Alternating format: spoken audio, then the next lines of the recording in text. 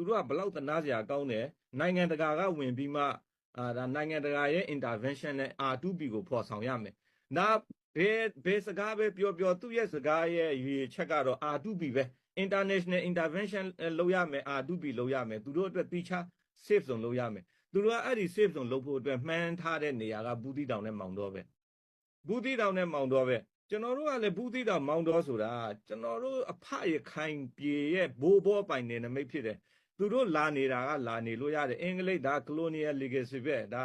တမိုင်းရဲ့ဖြတ်သန်းမှုမှာအရှိတရားတွေပဲသူတို့လာခဲ့တဲ့မြို့တွေတည်တယ်နေတယ်အေးချမ်းစွာတစ္ဆာရှိစွာနဲ့ချစ်ခင်နေဖို့ပဲရှိတယ်တိချဖဲထုတ်ပြီးမှဒါကျွန်တော်တို့ဒေသကိုဆိုတာတော့ကျွန်တော်တို့ဘက်ကလည်းဒါရှင်းပါတယ်ဆိုတော့ဘူးတီတောင်ကိုဝင်လာတဲ့အချိန်မှာသူကမန်းထားတဲ့နေမြေကိုဒီအေးဝင်လာတာကိုလုံးဝမရှုစိမ့်ဘူးဒါမရှုစိမ့်တာကသူ့ရဲ့အပိုင်းပဲကျွန်တော်စောစောပြောသလိုဒါရခိုင်ပြည်မှာလူတွေနေလို့ရပါတယ်ငင်းချမ်းနဲ့နေလို့ရပါတယ်ဒါပေမဲ့ကျွန်တော်တို့လည်းဒါကျွန်တော်တို့ဖိုးဖိပိုင်တဲ့နေမြေပဲဒါကျွန်တော်တို့သိမ့်ပါပဲဘသူပါပြောဗျာအင်္ဂါဂျိုကလာပြောရင်လည်းသိမ့်ပါပဲသိမ့်တာကတော့မယုံမရှိနဲ့